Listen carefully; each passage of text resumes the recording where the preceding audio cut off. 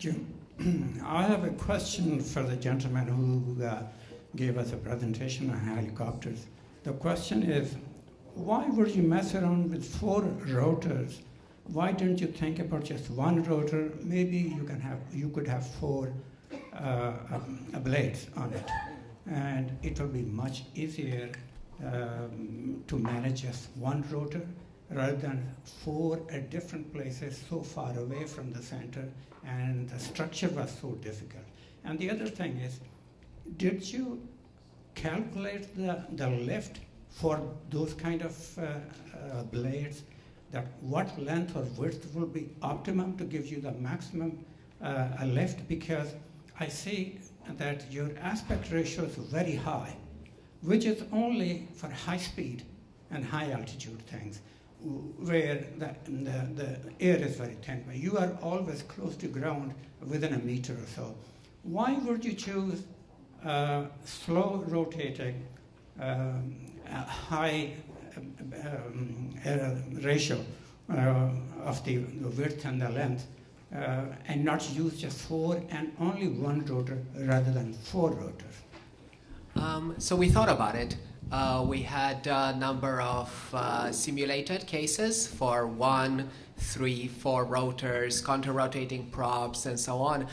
The 1 rotor would have been slightly better than 4, but way harder to build because it would have been massive. So we decided we'll just go with what we know. We're going to make something that's about the size of the wings we made before. We know it's possible, so we're going to go with the choice that allows us to get the record and doesn't need a whole lot of extra research and extra modeling, which we didn't thought it's possible. For the shape of the wing, that was actually a lot of work done together with Mark Drella from MIT and a few other people, trying to get a very good chord and a very good shape of the wing, which we do think it's actually very close to what we could optimally build. But yeah, the 1 rotor would have been slightly better, but immensely harder to build. Thank you, Victor. Another question?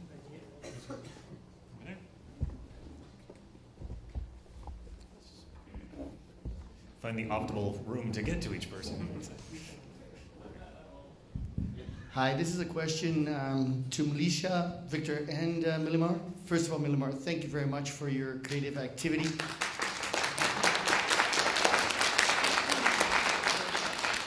I feel like I need to learn Serbian. My question is this. Underlying all of these projects is the funding, and also the great minds that do this, from Tesla 100 years ago, or a few more than 100 years ago, to the present work that you're doing, Milicia and Victor. What do we need to do here in Ontario, and specifically in Toronto, to bring those minds here? I mean, it's not just a function of money. I assume it's about your, what would you look for to bring those minds here, if you had a wish list? Thank you. Okay, so maybe I'll take that question. So it has never been as difficult to get research funding as it is right now. So we are probably at all-time low. And the success rate in competitions at NSERC or CHR are in single digits. So it's like 7 or 8%. So you have to write 10 proposals to get one funded. So definitely, if you talk to your MP, remind them that investing into science is important. And it is not maybe as important for us right now, but it's important for the future. And who else has this luxury, globally in the world, to invest in research funding if it's not going to be us? So essentially, I'm really worried about this trend because less and less young people are willing to pursue careers in research and in science. And I think part of the problem is that we never speak to the public, the professors, about this. So very few people are aware. And I think we need to raise awareness that this is an issue. If we don't invest in basic science, there will be no new discoveries. And in 200 years, 300 years, can we still live off of what Tesla did for us 100 years ago? Or do we need another Tesla, right? And without investment in education and research, we won't get that. Victor or Millar? One point that I find very interesting is that most of the people who I worked on these projects now left for California, which is really, it's such a clear thing for young engineers now is, oh, I'm going to Silicon Valley, that's where all the money is. And it's true, that is where all the money is right now. So you have to bring some of the money back. Whether it is companies or whether it is institutions that fund it, I do think minds go where the money is. And I think now it's a good time for Canada, when things in US are somewhat shaky, to try and, make sure people stay here. But yeah, I don't know if there's an easy way around the money right now. Anyway. In my opinion, engineering profession should be much more respected in Ontario and probably in other provinces and United States. I'm very disappointed when I see young engineers who decided to study engineering with the big enthusiasm. They want to make things, but after a couple of years of working, they decide to go to MBA or to project management or anything different than engineering.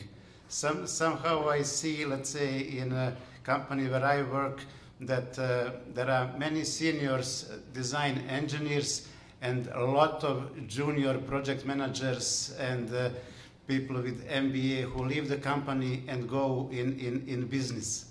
So I would encourage people to study engineering, because there are a lot of opportunities in engineering, a lot of rewards, a lot of pleasure doing engineering.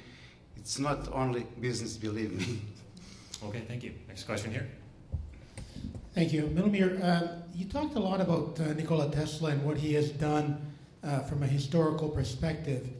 The way I see Nikola Tesla is basically like a foundation to a house. You need the foundation to be able to expand on it. The problem is we're not teaching our children about this foundation. So how can we expect these children to be able to expand on Tesla's knowledge if we don't teach it in schools? So the question really is, how do we get the education system to teach the children and to educate them about this so that we can develop into the future? Do you want to take that? If anyone else wants to jump in, yeah, you can take that for now. Do you have answer? I don't have the answer. I'm the victim, Okay, probably a lot of could be done on a curriculum in high schools, in elementary schools, so kids should be encouraged to study science, to study physics, to study chemistry, and somehow that they should not go with easy path. They should be stimulated to learn more, to practice the brain, and to see joy in learning something that is difficult, not to go only easy way, and to enjoy in entertainment that it is available on every second of the life. So kids should learn that they have to work very hard to be rewarded for that, to enjoy that entertainment is not only purpose of human life. Next question, unless you have something. One thing I found very interesting is how to make the hard work entertaining. So I've been involved with so many school teams since my time in undergrad, because it made everyone excited about doing cool stuff and learning things in the meantime. So you have to give students, I think, a very cool platform that gets them excited. And you'll see all the universities have so many teams, and they get a lot of support. And at U of T, I think they could get a lot more compared with other universities, because once you're surrounded by people who do cool stuff, you're going to want to learn. You're going to want to go and break a record, and that will force you to learn a ton of things. So I think it's very important to make it interesting and to make it fun, and not let people just go to school just for education. They have to learn how to make things, and I think that's very important. And student teams are a great way of doing that. And you're getting message out. You're all over YouTube. Lucy, do you have anything to add to that, or should we go to the next question? Yeah, no, so U of T is really great in terms of supporting student clubs, and chemical engineering has chemi-powered car. So maybe in a couple of years, when they make the chemi-powered car, they can present here. Yeah, in terms of trying to push innovation, you use volunteers, right? Sorry, that's Victor, right? Yes. What if we had some groups where you can get youth involved and volunteer, and maybe any patents that come from that, they can all share in that. So there's some economics in that, and also they get them involved. That's one suggestion. Mm-hmm. Now my question to you is, your flight apparatus all involves something human powered that you can't really use outside. Is there an apparatus that is more practical where people can actually eventually buy their own that can be used outside, and it would have to be something that can fly a little faster but human powered? So human power flight will not be practical. Anything that's light enough, any wind will break. But the point is not really to come up with the next air bicycle. The point is all the cool things you're learning while doing the thing people thought it's impossible. And yeah, that will teach you how to do the next awesome practical thing. Human-powered aircraft, I would be very curious to see if it will be made to fly in any weather, but I have great doubts. Air Canada could charge a little bit less than ticket if it really helps out having to fly the plane. Next question here. Good evening. First of all, thank you for the presentation. First question for Victor. With the human-powered vehicle, would you consider mass production, and do you have any interested investors? And second question, I don't want to say your name wrong, Melissa. Where do you see your contribution and or foresee your technology going? Where would you like to see it down the road evolving to? What do you see it evolving to? That's my question. I'll start. I don't know if there will be really any practical thing right now. I definitely think the investor money should go to the hearts. They're probably better. Definitely, if somebody wants to throw a lot of money to make cool, very high-speed bicycles, it would be really cool, but in Toronto, the infrastructure would be deadly for them. I can make a great bike, and it will go fast if you find a place to run it. We sometimes have to go to Downsview, and that's the only place around where we can even get anywhere close to what they can do. Otherwise, we go to Nevada. But, yeah. So for us, for my lab, within like next year, definitely we want big pharma and the public, when they think about testing cardiac drugs, they think of us. You know, they call up Taro Biosystems and they get their test done. But that's just a cardiac drug. And then maybe 5 years out, you will have this plate that will have not just heart cells, but you could have a liver there, a little kidney there, and then you do a test as you desire. In terms of regenerative medicine, that's a little bit on a longer time scale, and I really support this idea of proceed with caution, put the biomaterials in first without cells, and then biomaterials plus cells, in order to make sure that the product you're putting in a patient is completely safe. So that's on a little bit longer time scale. Okay, next question back here. Yes, this is about Tesla. I once read that in the early 1900s, Tesla actually ended up in northern Quebec, and he actually did some successful experiments in electricity transmission over a distance of many kilometers, I believe. But I've never heard anything else about this anywhere else, and I'm just wondering if you know if there are any records or relics remaining from this, and whether there's ever been any attempt to try to commemorate this activity as a way of drawing attention to his legacy. Nikola Tesla spent 1899 in Colorado Springs. So he built a big laboratory for wireless transmission of electric energy. So in the books it's written that he was able to lit some bulbs on distance of maybe 40 kilometers, but nobody witnessed that. So many things Tesla kept in his head, he didn't put on the paper. So I believe that Tesla had a great idea, but probably it was impossible to be achieved. So now many people are trying to replicate Tesla's patents, and I noticed, let's say, in MIT, there is one professor who successfully transferred power in the room on few, let's say, distance of few meters. And also there is another companies who are offering transfer of electric power in the room to power, let's say, appliances.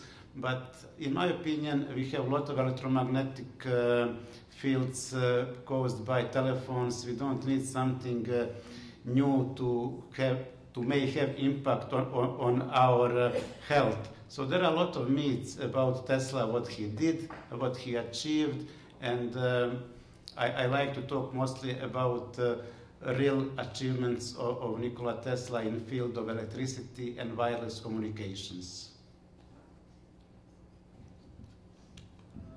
Thank you all for your presentation. It's very impressive. My question is for Victor, and it's about the human-powered vehicle. Does the fitness of the pilot matter in this case to reach the 139 kilometers? Yes.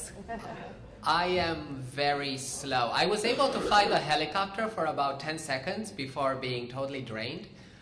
He was able to fly it for 60 plus seconds. We train mainly Todd, but we have a few other riders as well. And really we approach it as a sports team. We have the technical side, and then we have the engine maintenance side. That's his trainer, his the person who cooks for him, all of that. So for a few weeks, he is the focus. And then we don't care so much. But it's very, very important, yes. What a motivated diet. Don't let the team down. Let's take a couple more questions back here. Hello. My question is for Militia. That's what you say? I was just wondering, in your project, you showed us what the problem was and what the end result was. What was one of your biggest challenges towards BioWire? So it's probably around 10 years of work that went into BioWire, and in science we usually, just show the end product, and it's actually 10 years of work by many people, not just by one person, and it probably started from my PhD thesis, realizing that the electrical stimulation is really important, and the reason for this is your and my heart beats in response to electrical stimuli, and the heart is the first organ that starts beating. In many cases, before an expecting mother even knows that she's expecting at around 3 weeks of gestation, and then the rate of beating goes up, and then peaks around 7 or 8 weeks of gestation, then it keeps going down. And essentially, we had to reproduce that in the lab, and we had to build a bioreactor, figure out how to grow the cells, get the biomaterial, and it's really 10 years of work by many people, not just me, and many students. Usually what I like to do is make sure that a technology works in the hands of a few people, not just me or one of my students. There have to be 5-6 people who can reproduce this. And it was a long journey, but then finally we got to work with human cells. Bioreactor is the coolest word I've heard. Yeah. There was a question in this part of the room. Yeah, right here. Okay. Well, thank you all for these wonderful presentations. And my question is for Militia. And we all understand that the research you're doing is for medical purposes. But I've thought about this as a mechanical engineer. And my question might sound a little bit sci-fi, but do you think your research and your results can be applied in, let's say, bio-powered engines for different purposes? Yeah. It can be micro engines, it can be big engines. Do you think one day I can get a car which is powered by a big heart muscle, and I just put a sugar syrup in my tongue and I drive to York. Again, it sounds sci-fi, but you can read it in the books, and you can imagine it. And again, as a mechanical engineer, and probably you thought about the same at some point. Yeah. So it's not sci-fi. There are actually people who are working on that, and there are robots that are powered by heart muscle, and little mini walkers that essentially, have two little legs that is connected by tissue engineered muscle. And in culture media, this muscle makes the legs walk, right? So people usually ask, so what's the use? Are these legs going to transport anything? But this research is just starting, and there are maybe just a few papers out there, but that's something that people are certainly thinking about, the future where these living motors will be moving things. And so a muscle is, what I showed you, the size scale is on the order of millimeters to a few hundred of microns, right? Maybe you can build something that's 2-3 millimeters thick, so it's pretty small right now, and you won't be able to move things that are very heavy. But there are also molecular motors that are even smaller scale, they're within the cell, and they are amazingly precise and amazingly efficient. There is nothing that we as humans built that is so efficient as these molecular motors that are in the cell. So there are a lot of scientists out there who are thinking about how could we harness the power of many, many millions of these small motors to do useful work. Okay, thank you. Next question over here. Hi, thank you so much for the presentation. That was really good. And my question is for Victor. And I was thinking that in a research and design project, there are many times when you reach a point of dead end and frustration. So did that ever happen to you?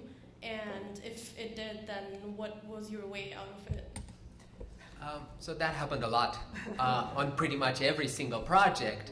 Something would not work, and you reach a point where you have to decide if you're going to spend more time into it or you're going to switch over. And honestly, I don't have a good answer, because a few times we got it right and a few times we got it wrong. I only have so many projects under my belt, so in 20 years I'll be able to probably articulate a very clear answer. But generally, when you don't see anyone out there being able to solve the problem you're tackling with, and you find that everything you throw doesn't work at all, then it means you probably failed enough that you know how it could be done differently better. All the failures taught you all the ways it doesn't work. Usually that's when we look out there and see if anybody has solved it for us. But if they haven't, we try and switch.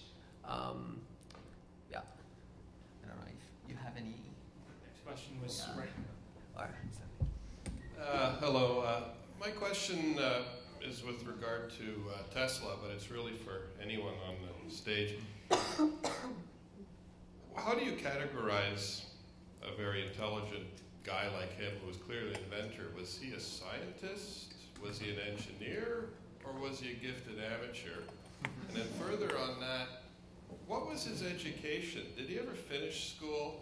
And then the final one, could you imagine a guy like him today ever getting any funding?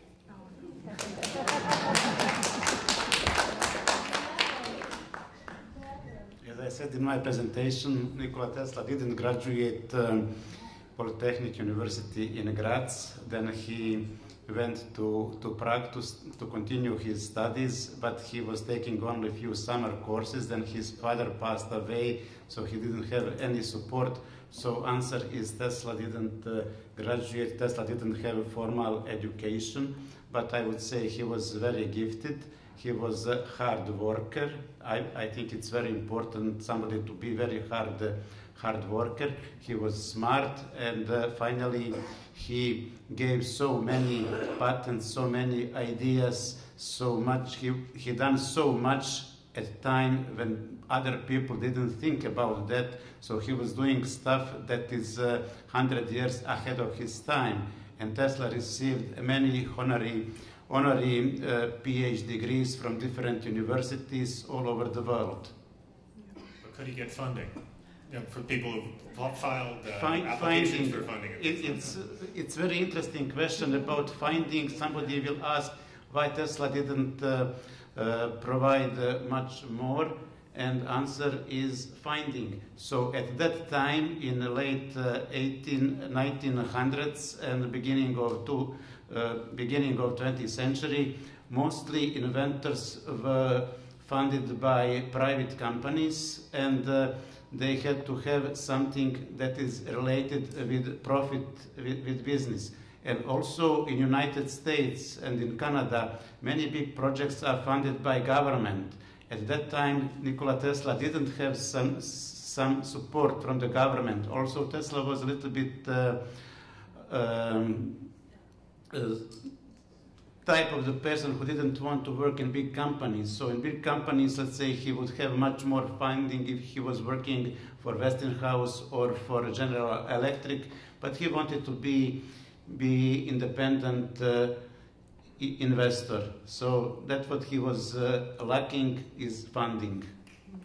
Did you have thoughts on funding? Yeah, so also about being a scientist, or I think Tesla and many scientists nowadays and in the past, it's not your profession or your occupation, it's a lifestyle. That's how you live, and you think about your projects all the time.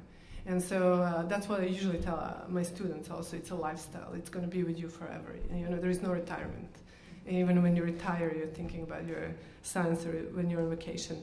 But given how the current funding system works, where you need a lot of preliminary data, a lot of citations, a lot of other papers saying that this will work, it's very highly likely that these most transformative ideas would not get funded because they're so high risk, right? There is no preliminary data. There are papers that say, oh, this won't work. So I think that has to change, you know, otherwise there won't be new discoveries. He would be considered a complete nut, completely ignored. Yeah, his proposals would probably get triaged, just like go to recycling bin, yeah. I want to add one thing, though. He was a very charismatic character of the time, and he was able to impress some of the richest people around. I think that could work really well these days. Our company was funded by Larry Page from Google because he liked our talk. Well, Todd and Cam's talk. We get to a point where there's so many engineers that are really excited about technical stuff who have a lot of money. And I think they're getting more and more willing to just fund things they find fun. Oculus is a good example. He would be a hit on Kickstarter. So depending on the funding level you want, I think there starts to be a lot of very new and much more interesting ways of getting funded if you don't need millions and millions of dollars to run all the trials and all the clinical trials. So I think there starts to be avenues for people who want to do interesting, small, cool things. Okay, question here. I just want to thank again to all the speakers for very stimulating perspective of the research and development over the last 100 some years, and I guess coming from the past to the present and the future. But the question is for the future. Melika, as she mentioned, I guess some of the side effects of some of the drugs which has been fatal to some patients. But I just wonder if you have any opinion on the long-term effect of microwave on human health. Okay, so that's really, you know, it's outside of my area of expertise, so I can't say anything. I didn't read the papers or I didn't follow the literature, so I can't say anything. But the only thing that I can say is that when we have these engineered heart tissues in the lab, now you can actually do this experiment, right? Expose them to whatever kind of radiation you want and study the changes at gene expression, epigenetic modifications, functional level, whatever you wish. But that's going to take another couple of decades to show this impact, right? So it might be quicker. It might be on the order of several years versus. You're talking about adverse impact. Yeah. I have friends who are very concerned about impacts of kids having their cell phone beside the ear. Yeah. So what's your opinion? Yeah, so my opinion is that kids shouldn't use cell phones as much, but it's not supported by my daughter. Is right there. She's saying what?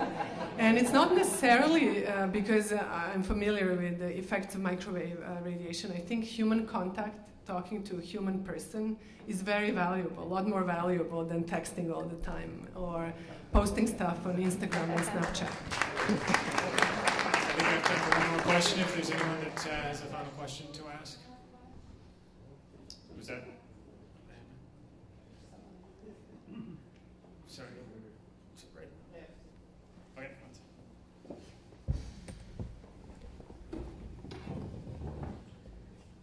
I guess hog the microphone. Just a quick one. Regarding the idea of the disruptive force of additive manufacturing or 3D printing, could you guys talk to that? Because obviously it overlays with some work recently into organs, but it also applies to your ornithopter and to the helicopter project and to future designs of electrical motors and whatnot. I think you all said something around the lines of form follows function, and biomimicry, we follow nature. Can you talk to some of the things that you're doing, maybe using additive manufacturing or 3D printing? Thanks. Okay, so I'll take that question. So I do have 2 3D printers in the lab. One of them is very high-end 3D printer that can print a variety of plastics, and one of them is sort of like it works by UV polymerization. We also make our own 3D printers out of microfluidic devices that can print like cells in hydrogels. And so this is really amazing technology because we very often just 3D print pieces of bioreactors. Like if we want to fix the cells in a certain way, hold them in place, or it's really quick now. The students can build the piece essentially instantly. They're trained on the use of the 3D printer. But I would also like to say that there is a little bit of hype out there on 3D printed organs. And I usually don't like hype because I think it's damaging to the field because people are over-expecting. Yeah, we can print cells. That's also one of the areas of my research. We published papers on it. And you can build structures really quickly. But for a tissue or an organ to become functional, all the cells need to connect to one another and talk to one another, to essentially touch one another. And at the end of printing, you have cells that are isolated from one another by matrix that you use for printing these cells. So although, some people will show you, okay, I printed like a kidney during my talk, here it is, but that kidney is not functional, right? It's not gonna do any functions that your human kidney does. So for it to get to that state, you still need to grow it in the lab for a period of time. So it's not an instant process. Thank you very much, and thank you to all 3 of our panelists for answering questions and answers right now. Good evening, ladies and gentlemen. Just for a few minutes, on behalf of the organizing committee of the Engineering Innovations Forum, I would like to thank all the speakers, Milmore, Victor, Melissa, together with our excellent moderator Mike of CBC, for an excellent presentation that was not only exciting but very informative too. I would request Milomir, Victor, Melissa, and Mike to please come here and receive a small token of appreciation from EIF.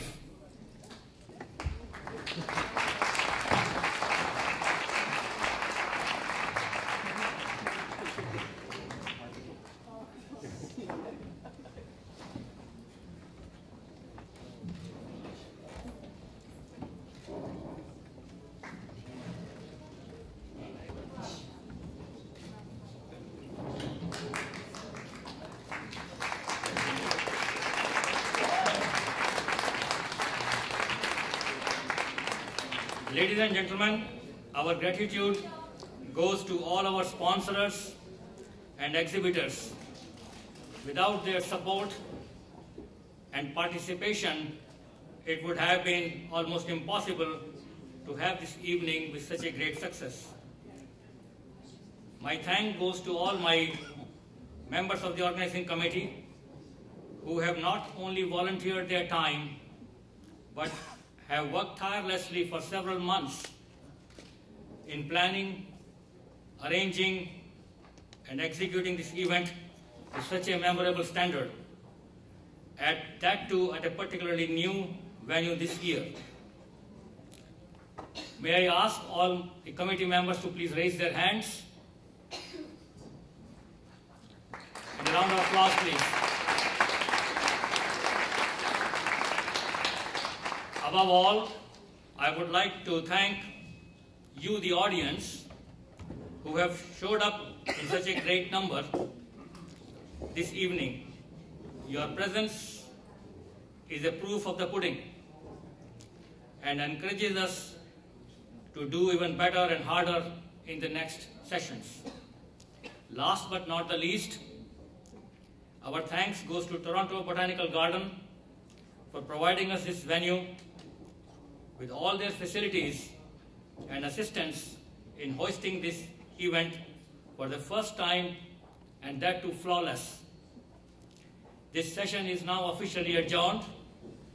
All of you are requested to proceed to Exhibit Hall, where you can meet and greet the speakers and exhibitors.